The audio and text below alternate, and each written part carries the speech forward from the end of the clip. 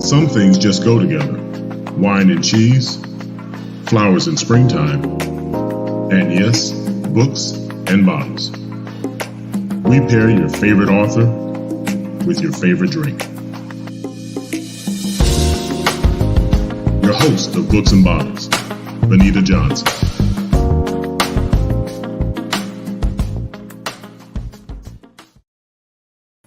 Hi, welcome to Books and Bottles. I'm your host, Benita Johnson.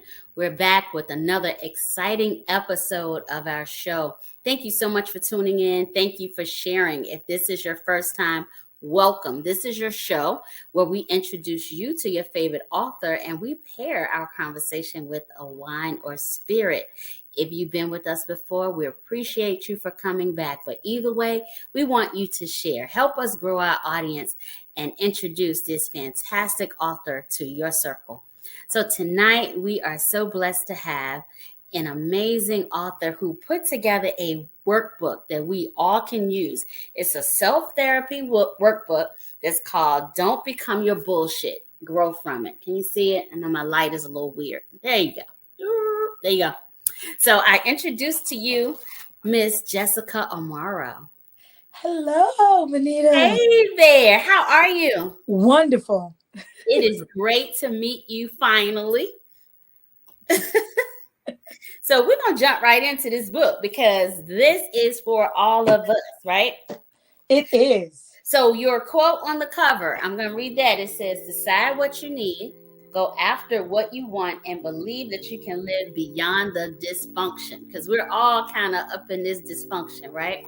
And I think COVID definitely shed a light on all of the bullshit that we're dealing with. And when I say BS, I'm referring to the dysfunctional behavior, the negative self-talk, all of the unhealthy beliefs that we kind of have learned to live with. So being able to begin working through those things are very important. So that's why the workbook, I got a copy of it too in front of me, but literally it was a labor of love. Working in the mental health capacity as an educator for therapists and interventionists and individuals that work with kids, I realized that even in that capacity, a lot of us are struggling with the basics that, we talk about it very lightly, especially on social media, how therapy it's a luxury. But truthfully, for most of us that are in therapy, the work started long before we got there. So I want to make that beforehand work a little bit easier. Or sometimes we go in and we stop. It's like, well, what do I do next? I have people all the time ask me, well, if I'm dealing with depression, I'm dealing with anxiety, I'm dealing with these different things, where do I start? You start with the Don't Become Your Bullshit workbook, which is literally about assessing where you are, assessing your needs, and figuring out what you need to do next, but giving you the words to actually articulate that. All right, so let's go back. So when we say like folks they're depressed, like how do you know that you're in depression? Because I'll give you an example. Go ahead. So in 11, that's when I separated from my husband. I thought I was all good, right? But there were some things that I was doing that I didn't know until later that was a form of depression. Because I think sometimes we, when we're diagnosing ourselves, or we take some issue like depression and we look at it like we're seeing on TV, like you're antisocial and you're not talking to people. I was still very, very social. So how do you know, like what are some telltale signs, if they are, that you may be in depression? So I think what we take a step back from what you said is that whether it's depression or anxiety, it's literally those are the manifestation of things your needs not being met. So for you, it may be high functioning, anxiety or depression. It's one of those things where when you feel like there's a deficit, there's a lack in some area.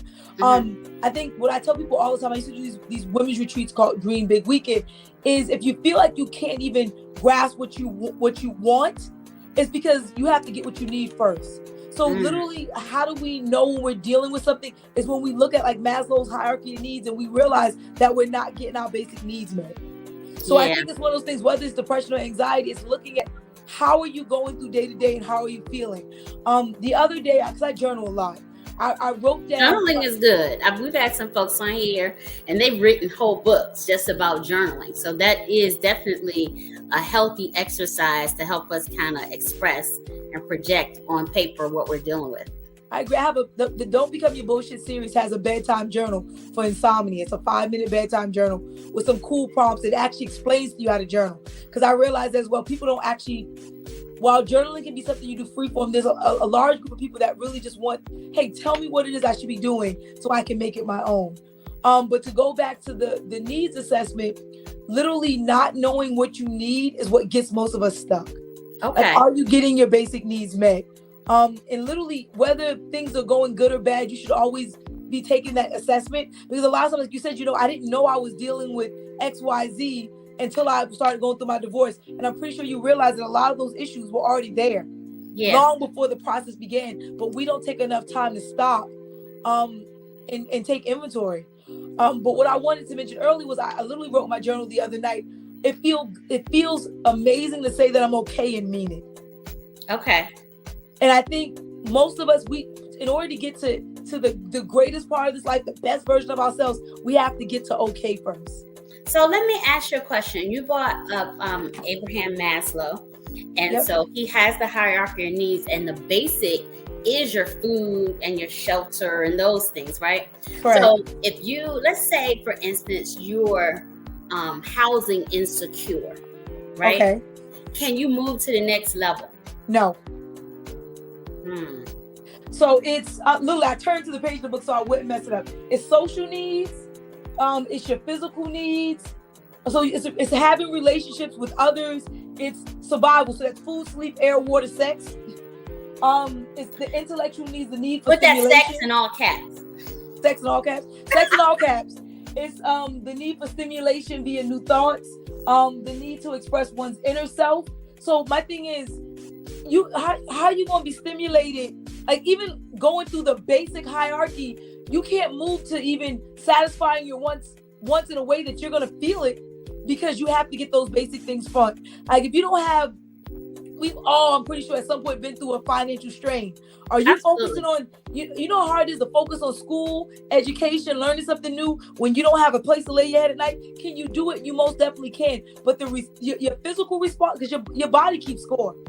Mm-hmm. And that's why sometimes you get people that move to the next level, and then we all do this thing with, well, I don't know why this guy got all this money and he acting like this on TV. She got all this stuff, and I don't understand what the problem is. It's because their basic needs are not being met. Our basic needs go far beyond us having $1 million in the bank. Yeah, because we have to solve those things before we can get to the self-actualization, which is towards the higher part of the pyramid. She know, y'all. She know. So exactly. So literally what I wanted to do in the workbook, because when I started saying Maslow and I talk about cognitive dissonance, people are like, so I made it very conversational so people can look at it, go through it, and actually do the work at their own pace, whether you're doing it in a group or do it. I love it in groups. But if you want to work with yourself, you're taking a chapter per week. But it really is, even there's a section on trauma. And what I do with the trauma pieces, for a lot of us, the starting stage for just addressing your trauma is being able to articulate your trauma. I'm not saying you got to articulate it to a stage, a group of 50 people, but being able to say, you know what, I wasn't spoken to when I was a child, people did not respect me in the sense of they didn't speak to me in a way that a child should have been spoken to. Okay. Or my space was violated. So what are you saying? Like did people relate to you that you were more mature than your age indicated? I mean, when you say you weren't spoken to as a child, should be communicated with. So I deal with that a lot. So I do this intentional parenting course. And a big chunk of it, something I developed, is speaking to children with dignity. And I think that, and this is among all cultures, but obviously mine is prevalent because I'm brown people. Yeah. So understanding that there is a way in which if let me think of an example. If little Sammy come home and you tell Sam he ain't SHIT every day and he ain't gonna be SHIT every day, and you call him every name in the book, that's not speaking to him with dignity. My thing is, when he goes out into the street, how is he gonna command presence or respect from anyone else if he didn't get it at home? So you know, and that's so true. I am on a board of a private school. And the school is for kids with some challenges. And I'm always saying, a lot of it comes from the parent and what they're getting at home. And so some of these parents, could definitely use some of the help that you're offering in this book. Because I'm thinking the same thing you said, if you can't have your basic needs met, it's also going to be hard to raise somebody else. It goes back to that, you got to save yourself first. No, right? I agree. I agree 100%. And I think it's one of those things where there's so many more conversations, and I'm writing so many different things, and I'm now teaming with different individuals, because the biggest thing that I want to do with my time on earth, with my legacy, is make sure I put things out there that I love a good story like anyone else, but I think it's time for us to do the work. I am creating space for us to do the work, because if you tell me you can't get into that therapist chair every week for whatever the cost is, on average $100 an hour, most therapists that are self-pay, you can't get in that chair. Well, guess what? Go ahead, give me a call. Let's get you a copy of this book, because you need to start doing the work. My thing is, so earlier in the conversation, you said that therapy is a luxury. Is that why? Because of the cost? I think it's the cost, and I think and again, I respect the field that has been my for sure money for a very long time. I respect the field. I think that sometimes there's a little bit of a drain, that when you're in therapy, you have to find the right fit. Just like you didn't marry just anybody. You aren't friends with just anybody. You have to find the right fit. And even with doing this book, I did some beta testing, some different things. And there were women that had left therapy. And I remember this one woman telling me, I got tired of telling my story over and over again. I don't want to have to start new with someone else, because I already know the story. So the work didn't need to stop. The tools that we use in the therapeutic field, like the things that focus on CBT. This whole workbook is based on the CBT concept. And what is CBT? Cognitive behavioral therapy. Okay. You can go in right now and Google cognitive behavioral therapy worksheets for free and pull up worksheets. You can go over to Therapist Aid, which therapists use. You can use the free version of it. We need to start making cognitive dissonance, these therapeutic terms, they need to become fluent to us. Yeah, we need to know what they mean. So why do you think a lot of us, and I'm talking about brown people, because that's mostly my circle, why are we hesitant or afraid of therapy? Because we have to say something is wrong, and that is not. That's not us. We don't want to say something is wrong. We don't want to have to address things that we were told as children are none of our business. Children stay in children's places. That's grown folks' business. Yeah. And we are now adults, still feeling like mama's issues that she passed on to us is grown folks' business. So we're still protecting their traumas. I feel like that is my opinion. That's part of it. And some of us, I don't want to say that we don't want to do the work. We don't understand the work. So in response, you can't do something. Most of us don't want to do something we don't understand. So, I agree with everything you're saying. Back in 2007, I think, or maybe 2008, is when I first was introduced to therapy. And I will be honest with you, my thought was, I don't need this, I'm not crazy, because that's the thing, I go to talk to this person, is something wrong with me, just as you said. And so I became, once I started, I went, I started the process. And I remember when we ended, I don't remember how many weeks it was, but when she was like, okay, this is our last time, I felt like it was a breakup, because I had become so in love with giving her, my honest self. Like the mirror, the thing about therapy to me is the mirror is held up in your face. Yes. And you talking about you.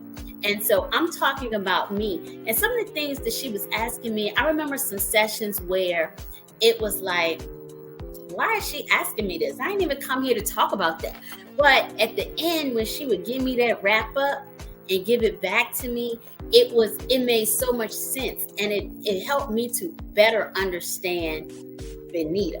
I understood who I was and why I am this way. And then once you understand why you are that way, then you can deliberately make a change. That's the whole book. What she just said. When you are able to articulate who you are, and who you are is the sum of many things. You are all of your whys, everything that's happened to you, everything that you've chosen to do, your relationships. You are the sum of so many things. And therapy gives you that mirror to be able to say, I'm here. Because when you're there, there's no expectation. You're not about to become best friends with this person. You're there intentionally. And I think that's why this workbook and other workbooks that I love, in addition to mine, work because it's intentional. When we are intentional about working on who we are, like whatever you're seeking is also seeking you, that's when we begin to grow.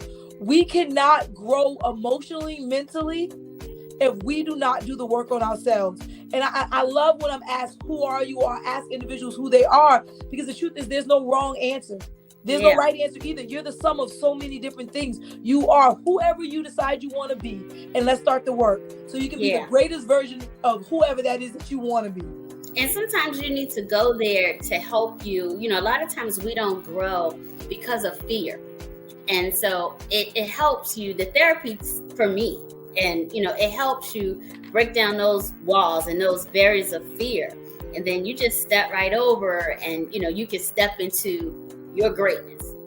No, I agree. I think so. At the retreat this weekend, even though it was a writer's retreat, we talked a lot about being fearful. And before even writing, before, you know, getting the series together, I spent a lot of time researching. I came up with this concept. So I'll share, because it's a book platform, that I was going to have to push this book for 36 months. And I'm not even, all three of them are less than a year, before I really knew what it was going to do. And I told myself, it doesn't matter what it looked like at month 1, 2, 3, 4, 5. Like, when I get to month 36 is when my analysis will start. And I think that helped me to throw all the fears out the window. And sometimes I'm tongue-tied. I'm used to more of an educational background setting. So as I'm going through bullets, I'm going through slides. So this is a lot more conversational. But I decided in the very beginning that I would enjoy the journey, and that I would allow this experience to grow me. Because this is the fun part. Growing through the bullshit is the fun part. You're going to cry a little bit, but on the other side of that is the greater version of you and me. So I'm going to take you back to way before you wrote this book. What was your motivation to get into helping people, into mental health? So it's one of those things. You know how when they say what you're supposed to do, it's going to catch you. So I always thought that I would be in business. I actually have a clearance. I was doing government contracting. My mother actually wound up going away with the military. And I had my sister for a while. And she's special needs, and she graduated from high school. And we were out shopping one day because I love to shop. And she was like, Jesse, I want to go to prom again. This was 10 years ago. It's like 2011. This was before Tim Tebow and all the other proms and stuff. And I was like, you know, I'm going to host a special needs prom. So I started doing a special needs prom in 2010 here in Charleston. And where? Where are you from? In Charleston, South Carolina. Okay. And after I did it, I mean, the first time I ever did it, my bank account was negative. I mean, I was like, I can't believe I did this, but I did it. It's done. It was supposed to be a one and done. And it felt good. So it felt good. So it felt good, but like it was way more than I thought it would be. Okay. I mean, I was out. I was like, I'm probably not gonna do it again. It was a one and done in my head. And I was in the grocery store, and this lady said, this special needs older gentleman came up to me and he said, "Hey, prom lady, see you next time." And then I got a call from the city the deputy of the city I live in, the mayor's deputy assistant, who said, "Hey, we want to support your organization. What is the name of your organization?" I did not have an organization at the time. They know the story now. And I said, it's for the exceptional. So from there, I started, I did the prom. I ran a full functioning day program for 4 years. The therapist I was working with actually passed. So I took a little bit of break from that. I thought I was done. I was going to still do the prom, but I thought I was done with mental health part of it. I got an opportunity to work part-time, 15 hours a week for this company, just working with kids from the foster care system. That was all it was supposed to be. Fast forward 7 years later, I am the director for the state of all their training, which happened actually within 2 years of being there. And I never really, and I started, I thought I would always be on the business side of it, but I realized now that mental health, I can do it my way. Okay. And it works. And I think there's room for all of us here as educators, as people that go out and, whether you're volunteering, mentoring, I think my fascination with this field has become, I don't understand why we don't use these principles everywhere. We talk about trauma informed and stop the concept of not asking people what happened, what's wrong with them, but asking what happened. And there's not an area, a business, a office you can walk into that same methodology shouldn't be used. It should be used everywhere. Okay. So I didn't plan on going into the mental health field. And then with the workbook, I really just wanted to figure out a way. I was doing these women's retreats and it was draining me. Okay. Why? Because it was so much. I was working with women. Women that had businesses, women that on the outside were doing extremely well. I'm renting these luxury homes, and we're going out in these small groups to figure out what the next step is. And I realized we can't get to the next step because I got mama issues. She got daddy issues. We got people pleasers that can't express what they want and need.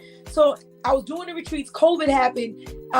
And I had one in February right before COVID. And then I had another one coming up April, which I canceled. And then after a year passed, I realized, well, I'm not going to be doing retreats, but maybe I'm thinking too small. Maybe I need to package it in a workbook with my voice so people can do the work at home. So I wrote it. I did a beta test was every week I gave these 7 women a chapter. I said nothing.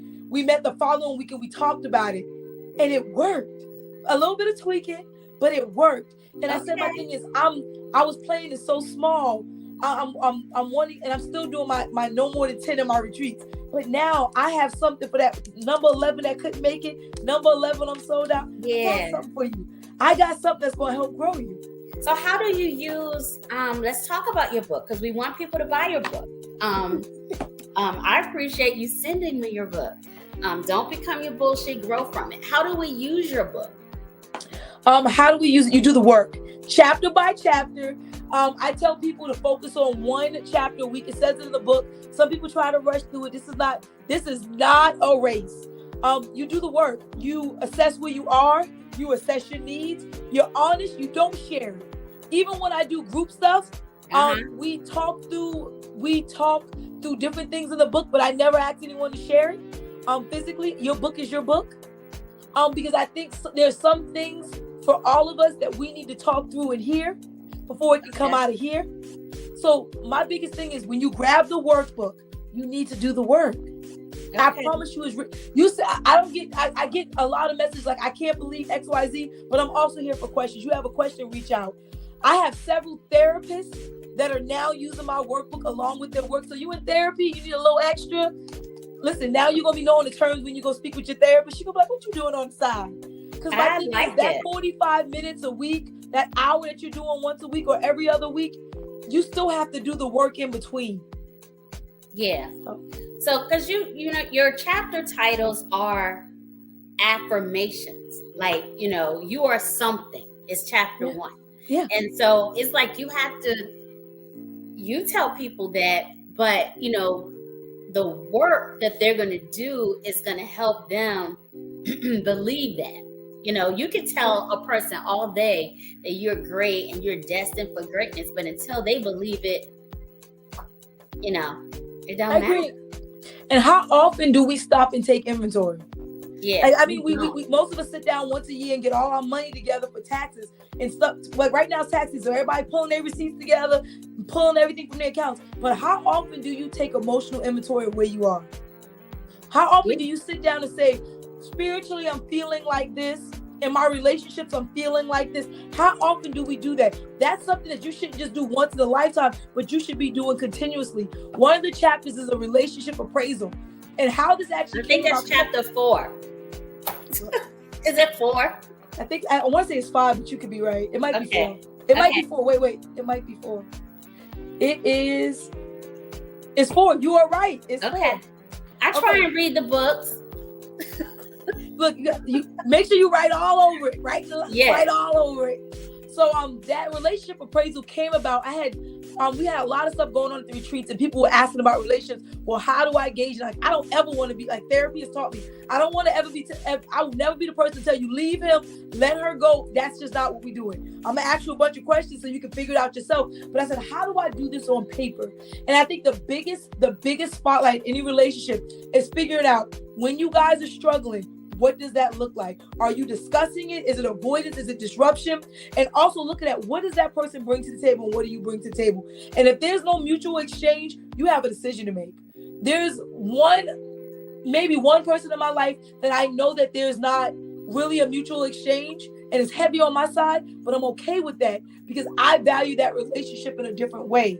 And we have to be able to articulate that you know what, I love this person for who they are, where they are, and whether they bring anything to the table or not, I'm going to let it rest here, but these are my limitations. And that's okay. But also understand on the flip side that this person ain't bringing nothing to the table. I'm giving too much. It's draining me. There's nothing but disorganization and chaos connected to this relationship. So either we're going to have to restructure or we're going to have to let it go. So do you feel like, though, all right, so I was just having a conversation with somebody before, us starting the show. And we were talking about change.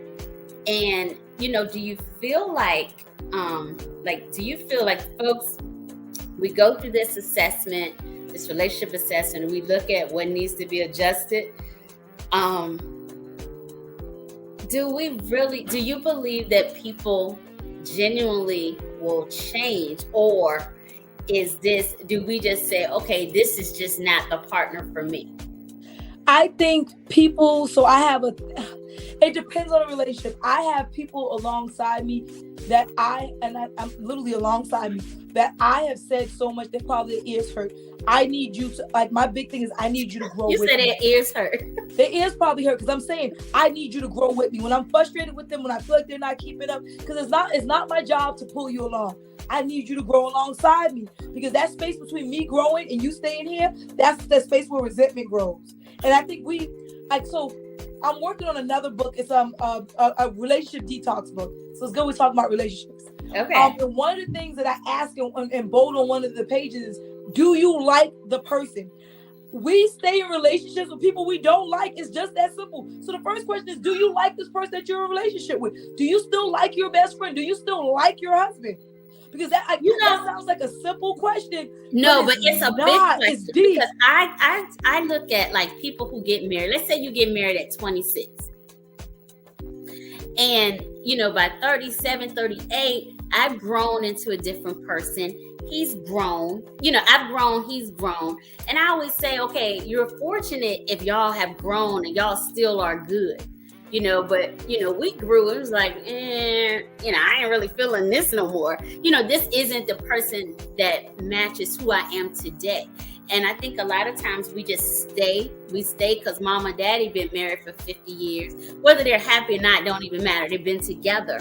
And we just stay, because we feel like we're supposed to. And this is not advocating divorce. This is advocating, survival. Happiness. You advocating happiness. Yeah, it's survival. Context. I've been with my husband since I was 16 years old. I like my husband. Awesome. But I also know it's like we've had it's ebbs and flows in these things. We've had a period where we really struggled, and the fix was we're not growing together. Like, I'm creating these new relationships, I'm doing things, I'm focused on other things, and I needed you to we need to do it together. So my thing is, my husband is introverted, I'm extroverted. So I'm doing events. He's always been I'm behind the the supporter. Roll the table, get the ice. I literally remember one year I had one of my volunteers said, "Oh my God, that guy every year is amazing. He comes out and really helps." Like, that's my husband. So, but I think that's a great partnership when everybody don't have to stand in the sun. So it works. And that's what I was going to say. It works for us. We had to figure out what that looks like. And when I was pushing him to stand in the sun, and I felt like he had to stand in the sun. He didn't want to be in the sun. That's not what he want to be. He like looking at me in the sun. Yeah, you be in the sun. You look good in the sun. I'm going to be over here in the shade. I could talk to you all day, and this 30 minutes has been zapped. But so we're going to have a part 2, especially when you put out that book. So how do people get your book? Because this is a phenomenal work. Ooh. I'm going to attest to it. Amazon, Barnes & Noble, Books A Million, Walmart.com. Look at you. Don't and become your bullshit. So that'll be on my social media. So follow me on social media. Our anniversary is coming up. Book anniversary is coming up April 20th. So I'm Okay. excited. All right. Well, you hang around. Don't go anywhere at the end of the show because I have a podcast and I want to continue my conversation with you. Look, so now I got to send you the other books. Send me the other books. You know my address. So thank you again for joining us. And we're going to toast. Hold up that tequila sunrise. Give me a second. Oh, I got enough of it left. I should have been drinking it. No, you can't drink it. So to our viewers, I want to thank you for tuning in to another episode of Books and Bottles. We want you to share. We want you to help us grow our audience. If you are an author and you'd like to be a part of this experience, hit us up at info@groseprod.com. Until next week, we appreciate you. Cheers. Camped out at home for COVID? Join us, Indie TV, where you will see the talk shows, movies, drama, action, and comedy. Be the first and see it first. Sign up now for free at Indie TV.